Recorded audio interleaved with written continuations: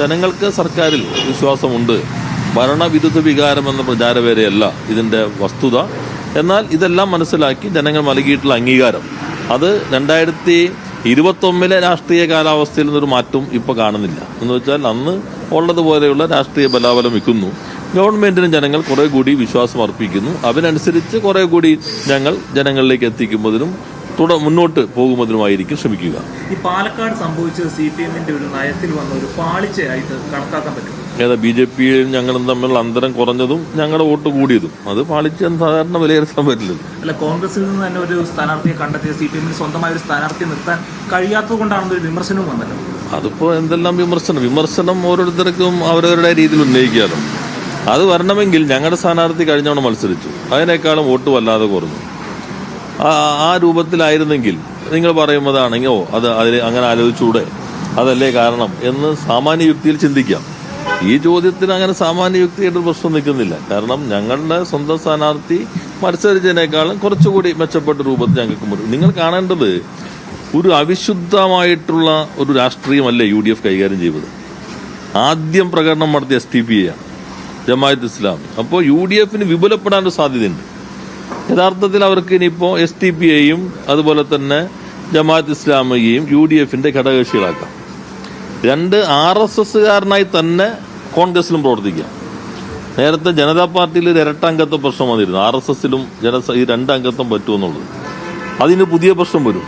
ഇപ്പോൾ കാര്യാലയത്തിന് സ്ഥലം കൊടുക്കുന്നവർക്കും കോൺഗ്രസിൽ തുടരാം, ശാഖയ്ക്ക് കാവൽ നിന്നവർക്ക് തുടരാം, ശാഖ നടത്തുന്നവർക്ക് തുടരാം. അപ്പോൾ ഒരു ഇരട്ട അംഗത്വത്തിൻ്റെ പ്രശ്നം ഇനി കോൺഗ്രസിനകത്ത് ഉയരാൻ പോവുകയാണ്.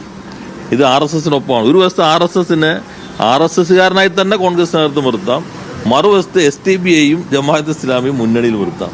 അപ്പോൾ ഒരു പ്രതിസന്ധി ഇനി പതുക്കെ കോൺഗ്രസിനകത്ത് രൂപം കൊള്ളും. അതിൻ്റെ ചില ഈ തെരഞ്ഞെടുപ്പിൻ്റെ ഫലത്തിൽ നിന്നുണ്ടാകും എന്ന് തന്നെയാണ് കണക്കാക്കേണ്ടത്.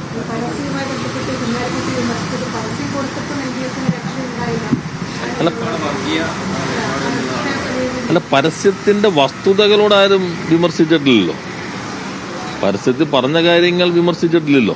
ഇപ്പൊ തെരഞ്ഞെടുപ്പിന്റെ തൊട്ട് മുൻപ് EP ജയരാജന്റെ ഭാഗത്തുനിന്ന് വന്ന ഒരു അദ്ദേഹത്തിൻ്റെതായിട്ട് വന്ന ഒരു അഭിപ്രായ പ്രകടനങ്ങളൊക്കെ ഉണ്ട്. അതൊക്കെ സരിന്റെ തോൽവിയെ ബാധിച്ചത് പ്രധാനപ്പെട്ട ഘടകങ്ങളാണ്. അല്ല, അദ്ദേഹത്തിൻ്റെതാണെന്ന മട്ടിൽ നിങ്ങളെല്ലാം കൊടുത്ത അഭിപ്രായങ്ങൾ അങ്ങനെയായിരിക്കും അതിന്റെ ശരിയായ മലയാളം. അദ്ദേഹത്തിൻ്റെതായി ഒന്നും വന്നില്ല. അദ്ദേഹത്തിൻ്റെതാണെന്ന മട്ടിൽ ഒരു നിർമ്മിതി നടന്നിട്ടുണ്ട്. യഥാർത്ഥത്തിൽ DC ബുക്സ് ആ ഘട്ടത്തിൽ തന്നെ പറയേണ്ടതായിരുന്നു ഞങ്ങളായിട്ട് കരാറില്ല എന്ന്. അതൊരു രാഷ്ട്രീയമായ ഒരു കാര്യം ഉപയോഗിക്കുമ്പോൾ ഒരു ഉത്തരവാദിത്വമുള്ള പ്രസിദ്ധീകരണ സംവിധാനം എന്ന നിലയിൽ കരാറില്ലെങ്കിൽ ആ ഘട്ടത്തിൽ തന്നെ ഞങ്ങൾക്ക് കരാറില്ല എന്ന് വ്യക്തമാക്കേണ്ടതായിരുന്നു. അപ്പോൾ ഈ പറഞ്ഞതാണ് ഇതെല്ലാം ഒരു നിർമ്മിതി. നിങ്ങളുടെ കുറച്ച് മാധ്യമങ്ങളും കുറച്ച് ആളുകളും ചേർന്നൊരു നിർമ്മിതി നടത്തിയിരുന്നു. അല്ലാതെ EP ജയരാജൻ്റേതാണ് എന്ന് പറഞ്ഞ് പ്രചരിപ്പിക്കാനുള്ള ശ്രമം അത് അങ്ങനെയാണെങ്കിൽ ഇതല്ലല്ലോ നിങ്ങൾ പറയുന്നത്. ഞങ്ങൾക്ക് കഴിഞ്ഞവണേക്കാൾ നില മെച്ചപ്പെട്ടു എന്ന് പറയുമ്പോൾ ആന്റി ഇൻകംബൻസി അല്ലല്ലോ അതിനകത്ത് പ്രതിഫലിക്കുന്നത്. അല്ല, പാലക്കാട് ഇപ്പം ഞങ്ങൾ 3-ാം സ്ഥാനത്ത് നിൽക്കുന്നൊരു സീറ്റല്ലേ കഴിഞ്ഞ തവണയും അതിന് മുമ്പത്തെ തവണയും. ഇത്തവണ കഴിഞ്ഞ തവണത്തേക്കാൾ നില മെച്ചപ്പെടുത്തി. ഞങ്ങൾ സാധ്യമായ രൂപത്തിൽ എല്ലാ ശ്രമവും നടത്തി. ഇപ്പോൾ BJP ഞങ്ങളും തമ്മിൽ അന്തരം വല്ലാതെ കുറഞ്ഞിട്ടുണ്ട്. അത് കുറേ കൂടി ഇനിയിപ്പോൾ ഞങ്ങൾ അവരും തമ്മിലായിരിക്കുമല്ലോ ഇനി വരുന്ന തെരഞ്ഞെടുപ്പിൽ നേരിട്ട് ഏറ്റുമുട്ടാൻ പോകുമ്പോൾ. അങ്ങനെ നേരിട്ട് ഏറ്റുമുട്ടുന്ന ഘട്ടത്തിൽ കുറേ കൂടി മെച്ചപ്പെട്ട രൂപത്തിൽ ഞങ്ങൾക്ക് വരാൻ കഴിയും. അല്ലാതെ പാലക്കാട് ഇപ്പോൾ ഞങ്ങളുടെ ഒരു ഉറച്ച സീറ്റിൽ നിങ്ങൾക്ക് ചേലക്കരി ആയിരുന്നല്ലോ നിങ്ങളെല്ലാവരും രാഷ്ട്രീയ ലിറ്റ്മസ് ടെസ്റ്റ് എന്നൊക്കെ പറഞ്ഞിരുന്നത്. ചില ചർച്ചകളിൽ ഇപ്പോൾ ചാനലുകളുടെ പുതിയ രീതി എന്തെന്ന് വെച്ചാൽ 3-4 പേരിരുന്നു. ഒരാൾ കോൺഗ്രസിന് വേണ്ടി വാദിക്കും, ഒരാൾ LDF-ന് വേണ്ടി വാദിക്കും, ഒരാൾ BJP-ക്ക് വേണ്ടി വാദിക്കും. അപ്പോൾ അവരുടെ കോൺഗ്രസ്സുകാരെല്ലാം റീലായിട്ട് അതിടും, BJP-യോട് പറയുന്നത് അടുത്ത ആളിലിടും. അപ്പോൾ എല്ലാ പാർട്ടിക്കാരും അവരവരുടെ ചാനലിൽ അതൊരു മാർക്കറ്റിംഗ് തന്ത്രമായിട്ടല്ലേ വരുന്നത്.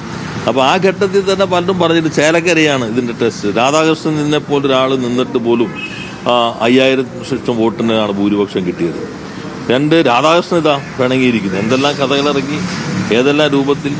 അതേ സ്ഥാനാർത്ഥി തന്നെയല്ലേ അവിടെ മത്സരിച്ച് ലോക്സഭയിൽ മത്സരിച്ച അതേ സ്ഥാനാർത്ഥി തന്നെയല്ലേ UDF അവിടെ മത്സരിപ്പിച്ചത്.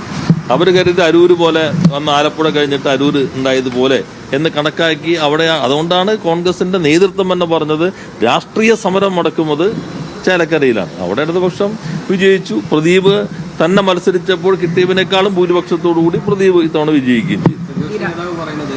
നിയമസഭാ തെരഞ്ഞെടുപ്പിനെക്കാളും കുറവാണ് അവിടെ ഉള്ളത്. അത് സർക്കാരിന്റെ ഭരണഘടന അല്ല, അദ്ദേഹം പറഞ്ഞത് കഴിഞ്ഞ നിയമസഭാ തെരഞ്ഞെടുപ്പ് അത് രാധാകൃഷ്ണന്റെ സ്ഥാനാർത്ഥിത്വം അതിന് മുമ്പത്തേക്കാളും വലിയ ഭൂരിപക്ഷം വന്നു. അന്ന് അദ്ദേഹം എന്ത് പറഞ്ഞു? രാധാകൃഷ്ണൻ മന്ത്രി തന്നെ കോൺഗ്രസ് നേതൃത്വം പൊതുവെ പറഞ്ഞതാണ്, ആരൊക്കെ എന്തൊക്കെയാണ് പുറത്തിട്ടില്ല പറയുന്നത്. മന്ത്രി മത്സരിച്ച സീറ്റ് ഇതാണ്. മന്ത്രി മത്സരിച്ച സീറ്റ് മന്ത്രിയുടെ അസംബ്ലി മണ്ഡലത്തിൽ വല്ലാതെ കുറഞ്ഞു. ഈ 39,500 5,000 ഇഷ്ടമായി കുറഞ്ഞു.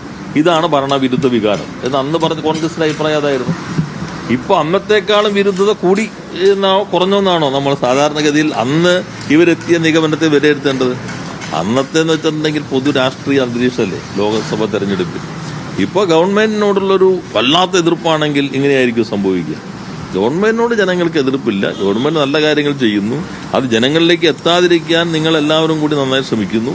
അതിനെ മറികടന്ന് ഞങ്ങൾ ഓരോരുത്തരിലേക്ക് എത്താൻ ഞങ്ങൾ ശ്രമിച്ചുകൊണ്ടിരിക്കുന്നു. അതിനൊരു അംഗീകാരം കിട്ടിയിട്ടുണ്ടെന്ന് തന്നെയാണ് കണക്കാക്കേണ്ടത്.